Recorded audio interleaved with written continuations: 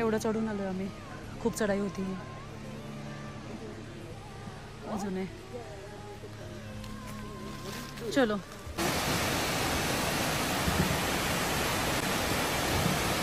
इथून फॉल चालू झाला आहे, आपण इथपर्यंत जाऊ शकतो. अप्पर फॉलला पोहोचलोय.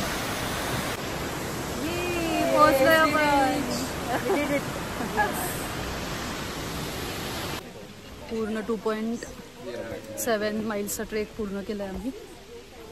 खूप लोक पण आहेत इथे.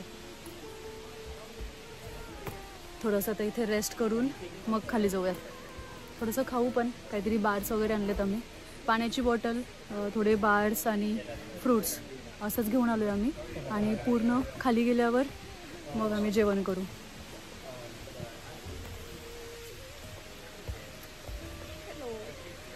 चलो खाऊन घेऊयात काहीतरी. आता 12:30 वाजले.